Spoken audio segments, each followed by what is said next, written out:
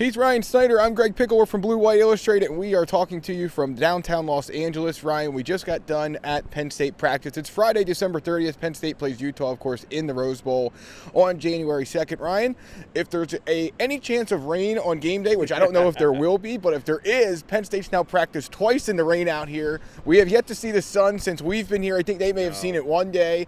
It might start raining here any second, so if we cut off quick, we didn't just leave to go to happy hour. We also wanted to get out of the rain. But Ryan, I mean, we didn't see a ton of practice today, but we did not, we did not see anything, I guess, that would say that Penn State is in any kind of bad shape roster-wise. Now, Kevon Lee, Caden Wallace, both there. Olu Fashanu not around again, so I'm not sure what his status is. No final decision on those guys will be made until game day. But just any first thoughts on practice before we get into the media day we had this morning? Well, I spent most of the time trying to dry my camera. It was pretty wet out there today. L.A. in December is a little overrated, I think. It is. At least it has been these 2 days. Yeah. Drew Aller. We didn't talk about Drew on yesterday's. Just you can see the arm strength, and that's not news for Penn State fans. But there's so much to be excited about there, and we're going to get the opportunity tomorrow to speak with Drew Aller for the first time. Nick Singleton, everybody. So just looking forward to that experience, seeing what Drew has to say.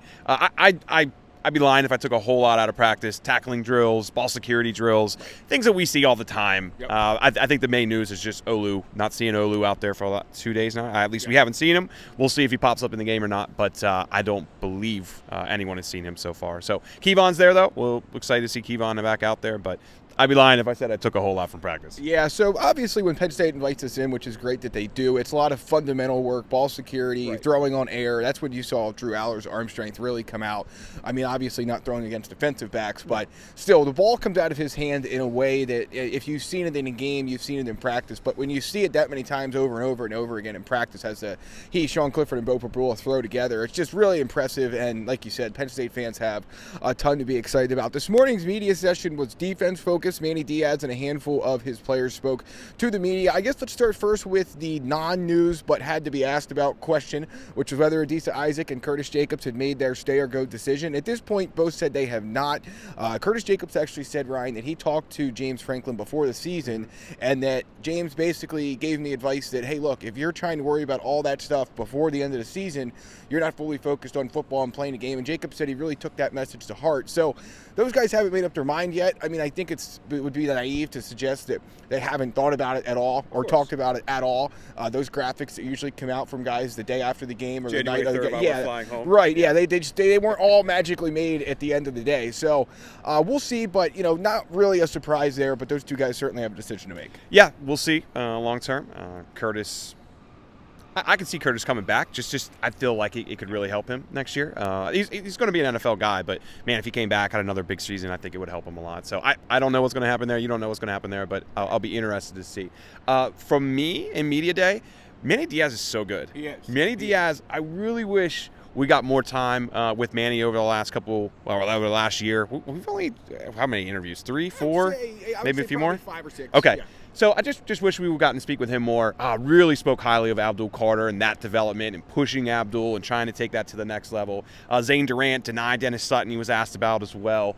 Just how their progression, where they're coming. And, of course, he thinks the world of what those guys could do long term. But Manny Diaz, just an impressive individual, a guy that, is he going to be here in a couple years? I would be shocked if somebody doesn't give him another head coaching job just because he's a very bright individual, great with the media. It makes a lot of sense to give him another shot down the road. But, spoke with P.J. Mustafer about his last opportunity, to play in a Rose Bowl, how much that means to him. That was, P.J.'s always great with the media. Jair Brown, I don't know if there's an individual who has grown more than Jair. Obviously, I got to talk to Jair a lot when he was coming through the process, and just his character now, his maturity. Not that it was ever bad, but just he's grown so confident in himself, I guess is the best way to put it.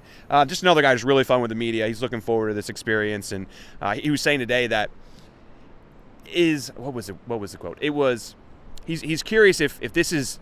If he's about to live his dream in the NFL, or if this dream and this is coming to an end, like he's conflicted on what this means to him long term. So really, really fun stuff from Jair. I'm sure we'll have more up on the site in the coming days about that stuff. But Manny Diaz, definitely in my opinion, was the key of the morning. Yeah, more stories at BlueWhiteIllustrated.com. Act now. It's $10 to sign up for the rest of, or I guess the rest of this year, if the couple of days that it is, and then all the way through football season, you you'll have access to Blue White Illustrated until August 31st. You can sign up at BlueWhiteIllustrated.com.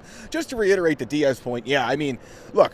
I do think he's going to be here next year. I know he was asked about his future and basically said, look, that was a couple weeks ago, and he basically said, look, I'm not going to sit here and say I don't want to be a head coach again one day, but it has to be the right opportunity. And because of how comfortable he feels at Penn State, he doesn't have to rush into one. So I think he'll be here next year, but there is zero chance that he's here for 3, 4, 5 years. Right. Yeah, I would say next year is probably it, unless, we'll see. unless nothing comes up. Maybe more, not. I don't know. One or two at most. Yeah, he is impressive. No, he is as impressive as they come. Ryan has a video. Of course, you're watching this at youtube.com/BlueWhiteIllustrated. Stick around after this video to watch Diaz, and I think you'll come away as impressed as we were. Also, subscribe to the channel and like it, please. T. Frank will appreciate that.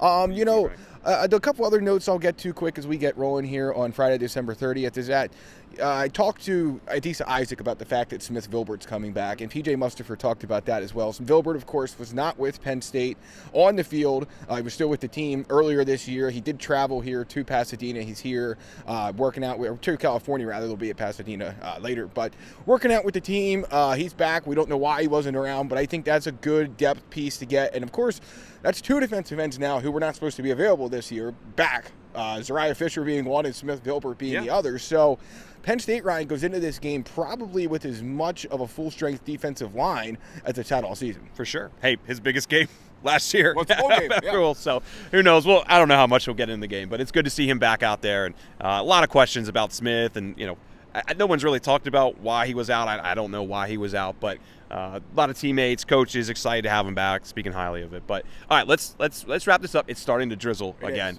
here in downtown LA. But predictions, we kind of talked about a little bit yesterday. I'm taking Penn State. If you read our predictions today, you have Utah. Right. Don't play the spread. I think we made that clear. I'll just kind of reiterate, man, I think the run game is going to be massive in this one. Can Penn State's offensive line get the push and consistently get those 4, 5, 6 yards from Katron and Nick, and we'll see what we get from Kevon. I'm predicting that they do well there. I'm not sold that they are going to be able to accomplish that again. What was that yesterday? Defensive power stuff rate? Right. I forget. Yeah. It's one of those analytical stats. Utah does shine there. Yeah. Havoc rate. Yeah. Utah does shine there, but I'm gonna go with Penn State. He's leaning towards Utah. So it's if you read our piece at BlueWhiteIllustrated.com, I have a very lukewarm opinion on this game. It's not a strong one. I basically went with the point spread. I think it's close. I think it's a 3-point game. It really it sounds so cliche, and we talked about it a little bit yesterday, but it really is just going to come down to what most football games between two good teams do. Mm-hmm. Who blinks first with mental mistakes, be it penalties or missed assignments or something else, and then who turns it over. Both teams are very good, among the best in the country at turning the ball over, creating turnovers, and they're both very good in terms of not turning the ball over. So it's going to be a great game. We'll have a lot more coverage at BlueWhiteIllustrated.com tomorrow, Saturday, December 31st. New Year's Eve is going to be Team Media Day out at the Rose Bowl, so we'll be out there and have plenty of coverage of that. We'll talk to you then. But until then, have a good rest of your Friday. A happy hour to everyone. That's Ryan Snyder. I'm Greg Pickel. BlueWhiteIllustrated.com and YouTube.com/BlueWhiteIllustrated.